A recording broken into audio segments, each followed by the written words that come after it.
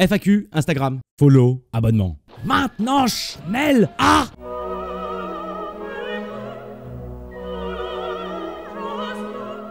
Sinon, ça va.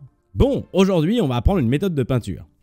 Mes cheveux. On va apprendre à utiliser ces pinceaux de la bonne manière et avec les bonnes couleurs. On va voir aujourd'hui une de mes méthodes de peinture, celle que j'utilise pour le tabletop, et avec un style grimdark. Waouh, je suis vraiment trop sombre. Parce que c'est un peu à la mode. Mon frère a tué toute ma famille dans mon village. Et que ça peut marcher aussi un peu pour du tabletop. Je peux voir l'avenir. Et ça sert à cacher un peu le fait qu'on peint pas très bien. Ma vie est une éternelle souffrance. Oh, mais ça suffit, oui. Abonne-toi si toi aussi t'es trop dark. Bon allez, c'est parti. Alors, bien sûr, on fait une sous-couche blanche. Ensuite, on va prendre un pinceau souple, en poil naturel si possible. Il est important d'utiliser le bon pinceau. Le poil souple est en général parfait pour les aplats car il laisse beaucoup moins de traces. Ensuite, on va faire un mélange avec une couleur métal et une couleur normale. Dosez bien votre mélange, il y a une majorité d'or et une minorité de marron. Et bien sûr, on le dilue bien. Ce mélange va nous permettre d'avoir un or plus chaud et plus sombre. Maintenant, je ne vais pas vous apprendre où mettre la peinture, mais plutôt comment bien la mettre. La technique consiste en 2 étapes. D'abord, on place la peinture sur l'ensemble de la figurine, peu importe que cela laisse des traces. Ne vous en faites pas si vous débordez, c'est la première couche, on a le droit de le faire. Au fur et à mesure que vous allez déposer la peinture, elle va sécher. Elle va aussi sécher un petit peu sur votre pinceau, ainsi que sur votre palette. Et donc pour une fois, cet état pâteux de la peinture va nous servir. On va pouvoir utiliser une de mes méthodes personnelles de pinceau, le tamponnage. Cette méthode permet d'éliminer les traces de pinceau très facilement. Et ce mouvement de tamponnage permet de pousser la peinture dans les creux et dans toutes les directions pour éviter d'avoir une surcouche. Ça ne laisse pas de traces et c'est rapide à utiliser. Vous n'aurez pas une base aussi nette que de l'aérographe, mais c'est presque pareil. Ensuite, on va se munir d'un pinceau plat et rond avec des poils souples. Là, j'utilise celui de Citadel. Oubliez les pinceaux de brossage plat vendus par Citadel avec des poils durs. C'est horrible, ça laisse des traces et c'est très moche. Donc je vais commencer par un mélange en mettant un métal clair avec mon or. Et ensuite je vais faire un brossage. Et je n'ai pas dit à sec. Donc il reste encore beaucoup de peinture assez humide sur le pinceau. Le brossage est utilisé dans l'art plastique depuis des années. Et il se passe bien de la version à sec. Pourquoi? Parce qu'une brosse ne rentre pas dans les creux. Ce qui permet d'avoir plus de peinture déposée et donc plus de lumière. Attention tout de même, je n'ai pas dit non plus que la peinture doit être complètement diluée et humide. En gros, on la prend brute, telle qu'elle sort du pot. Bon, maintenant on va se munir d'un pinceau souple, encore une fois, parce qu'on va corriger le blanc. Et oui, on a débordé partout, il faut rattraper nos bêtises. Ce n'est pas grave et ce n'est pas une grosse perte de temps, parce que de toute façon, on déborde toujours lorsqu'on fait sa première couche de peinture. Là, c'était l'armure dorée. Donc, quitte à devoir corriger, autant y aller à fond. Dans tous les cas, travaillez avec une peinture très humide et multipliez les couches. Mais il y a quand même une méthode qui est pas mal. Prenez un pinceau synthétique à poils plutôt durs. Et ensuite, vous allez beaucoup diluer votre peinture blanche, vraiment beaucoup. Grâce à ça, vous aurez une couche de dépôt très humide, très chargée. C'est plus une goutte d'eau que vous allez diriger afin qu'elle couvre entièrement l'endroit où vous la placez. Quand l'eau contenue dans votre peinture va s'évaporer, et donc sécher, elle va laisser uniquement les pigments, ce qui laissera un voile suffisamment couvrant. Parfois, il faut faire une deuxième couche, mais la plupart du temps, ça marche du premier coup. Bon, là, avec du Lottern Blue, je vais faire une bichromie sur mon tissu. En général, on commence par tracer la ligne de séparation. Et ensuite, on fait son aplat. Faites bien attention à la peinture, elle doit être encore une fois très humide. Et n'hésitez pas à la recharger régulièrement. Là, j'utilise un pinceau à poils durs parce que je veux guider la peinture du mieux que je peux dans les plis de la tunique.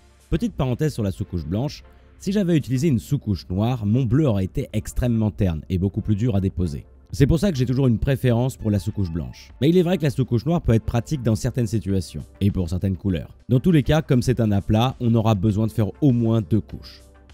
Ensuite, j'ai décidé de faire les parties de cuir en gris. En fait, si je les avais fait marron, j'aurais eu un effet ton sur ton qui aurait rendu la figurine plus difficile à lire. Et oui, le doré est une couleur chaude qui prend beaucoup de place sur la figurine, donc si je mets du marron ou une couleur proche, elle ne se verra pas bien. Et oui, c'est une des caractéristiques les plus importantes du tabletop. Les couleurs doivent bien se marier. Comme on cherche à avoir une figurine qui est bien de loin, le choix des couleurs est primordial. Le meilleur exemple sur cette figurine sera sûrement la hampe de la masse. J'ai décidé de la faire d'un rouge très chaud pour qu'elle ressorte. Ensuite, pour la boucle de ceinture et le chapelet, je l'ai fait en métal argenté pour éviter que les tons ne se confondent entre eux. Encore une fois, j'utilise mon pinceau à poils durs. J'ai besoin que la peinture pénètre bien les détails.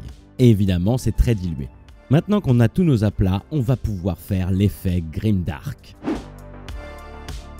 Ok, mon effet Grimdark à moi n'utilise pas de peinture à l'huile. Donc, je vais utiliser mon pinceau souple, ainsi que du gris, du marron, du noir et surtout du médium. Le médium va me permettre de faire ce qu'on appelle un jus. Je mélange donc ma peinture avec du médium. Ça ressemble à un lavis, mais ça n'en est pas un, parce que ça va déposer un voile de peinture en plus de rentrer dans les creux. L'idée est de badigeonner bien entièrement la figurine et de pousser un maximum le jus pour qu'il aille dans les creux.